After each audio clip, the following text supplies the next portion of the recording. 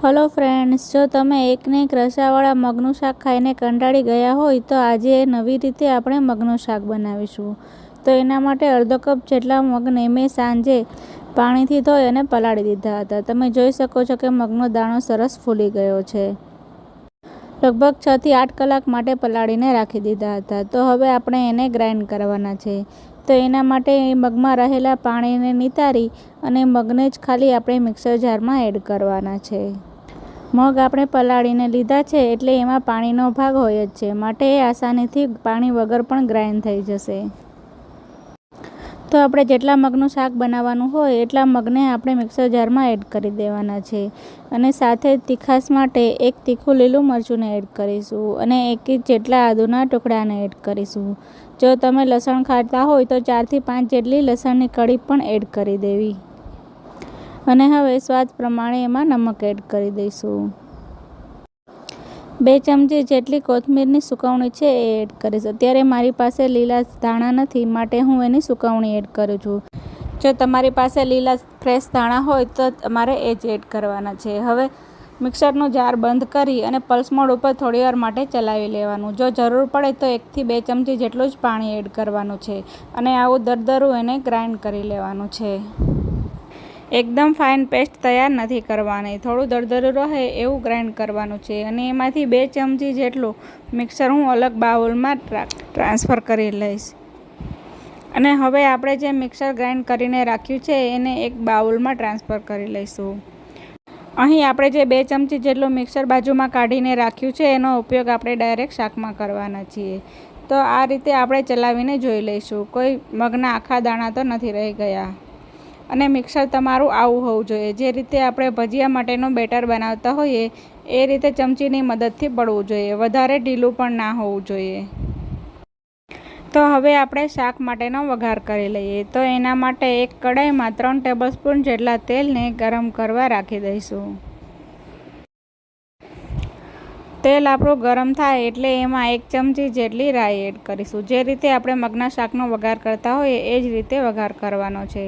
સાથે 1 ચમચી જેટલું આખું જીરું એડ કરીશું અને એક તમાલપત્રને આ રીતે તોડીને શાકમાં એડ કરી દઈશું, એટલે ચલાવતી વખતે આડું ના આવે।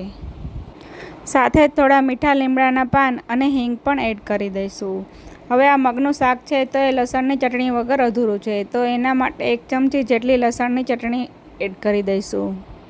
4 થી 5 જેટલા લસણમાં 1 ચમચી જેટલું મરચું પાવડર એડ કરી અને ખાંડની દસ્તાની મદદથી એને ખાંડી લીધી હતી અને એ પેસ્ટને એડ કરી અને એને વઘારમાં થોડીવાર માટે સાંતળી લઈશું, એટલે એનો કાચો સ્વાદ છે એ જતો રહે।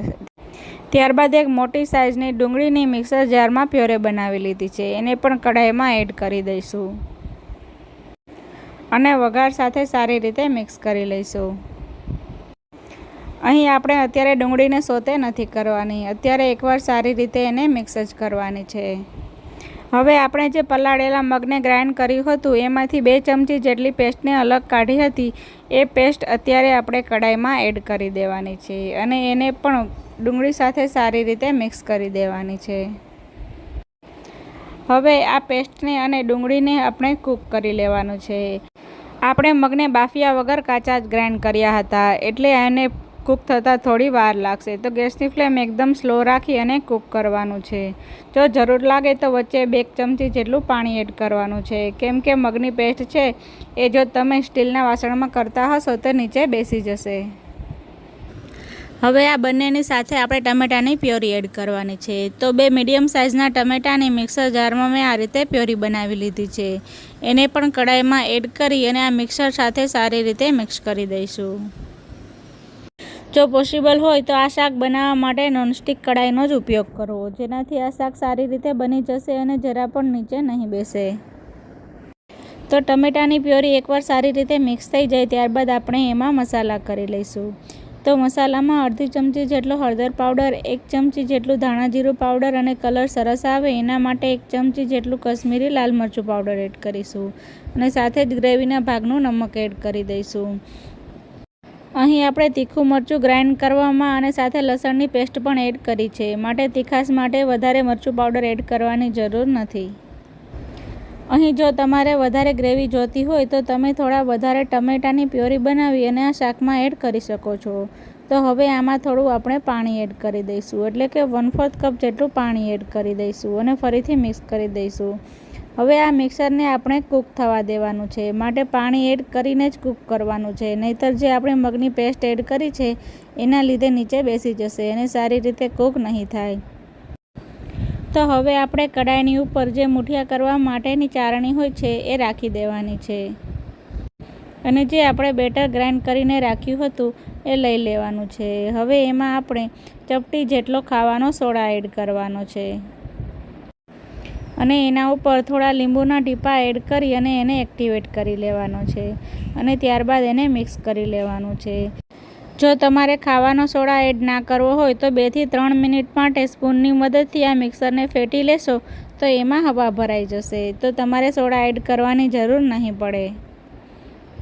અને જો આ મિક્સર તમને થોડું ઢીલું લાગતું હોય તો એમાં 1 ચમચી જેટલો ચણાનો લોટ એડ કરી અને એને સારી રીતે મિક્સ કરી લેવાનું છે અને ત્યારબાદ આપણે આ રીતે મગની વડી બનાવી લેવાની છે.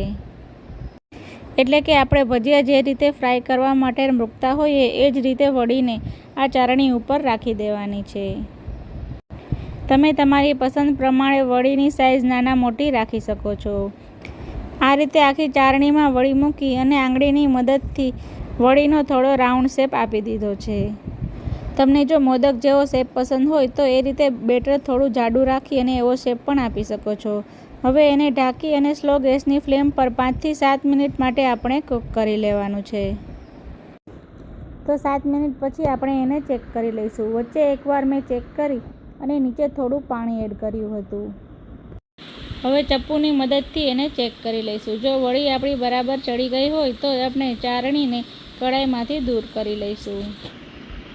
તમે જોઈ શકો છો કે આપણી કડાઈમાંની ગ્રેવી પણ સરસ કૂક થઈ ગઈ છે. એમાં પણ સરસ તેલ છૂટું પડી ગયું છે અને આપણે નોનસ્ટિક કડાઈનો યુઝ કર્યો છે માટે નીચે જરા પણ ચોટ્યું નથી. તો અહીં આપણે ઓછી વડી બનાવવાની હતી માટે કડાઈની ઉપર જ આપણે વડીને કૂક કરી લીધી છે. જો તમારે વધારે શાક બનાવવાનું હોય તો તમે અલગ સ્ટીમરમાં વડીને કૂક કરી શકો છો. તો હવે એમાં અડધા કપ જેટલું આપણે દહીં એડ કરી દઈશું. તો અહીં ઘરનું જમાવેલું મોળું દહીં મેં શાકમાં એડ કર્યું છે. હવે એને સતત ચલાવતા જઈ અને આપણે એને મિક્સ કરી લઈશું. ફ્રેન્ડ્સ, આપણે જે મગની વડી બનાવી એ એમનેમ જ ખાવામાં એટલી સરસ ટેસ્ટી લાગે છે કે તમારે આ રીતે શાક બનાવવાની પણ જરૂર નહીં પડે. આ રીતે વડી બનાવી અને તમે એને સોસ સાથે ગરમ ગરમ સર્વ કરી શકો છો. તો આ મગનું શાક છે એ આપણે જીરા રાઈસ સાથે સર્વ કરવાના છીએ, માટે થોડું એમાં પાણીનો ભાગ એટલે કે રસો વધારે કરવાનો છે. તો એના માટે અડધો ગ્લાસ જેટલો અત્યારે પાણી એડ કરીશું અને એને મિક્સ કરી અને એમાં એક આપણે બોઇલ આવવા દઈશું. તો અત્યારે તમારે જે પાણી એડ કર્યું છે માટે નમકનું પ્રમાણ ચેક કરી લેવું. હવે મગનું શાક છે એ ખાટું મીઠું હોય તો જ ખાવાની મજા આવે. તો એના માટે અડધા લીંબુનો રસ એડ કરીશું અને સાથે જ 1 ચમચી જેટલી ખાંડ એડ કરી દઈશું અને હવે ફરીથી બંનેને મિક્સ કરી લઈશું. હવે આપણે જે વડી કૂક કરીને રાખી છે એ પણ થોડી ઠંડી થઈ ગઈ હશે, તો તમે ચપ્પુની મદદથી એને ચાળણીથી દૂર કરી શકો છો. તો તમને બતાવું કે જો એકદમ સરસ સ્ટીમ થઈ ગઈ છે અને ખાવામાં પણ એકદમ સરસ સોફ્ટ છે. તો જરા પણ તેલના ઉપયોગ વગર આપણે વડીને સરસ સ્ટીમ કરી લીધી છે. હવે આપણે બધી જ વડીને કડાઈમાં એડ કરી દઈશું અને હવે એને હળવા હાથે ગ્રેવી સાથે સારી રીતે મિક્સ કરી દઈશું.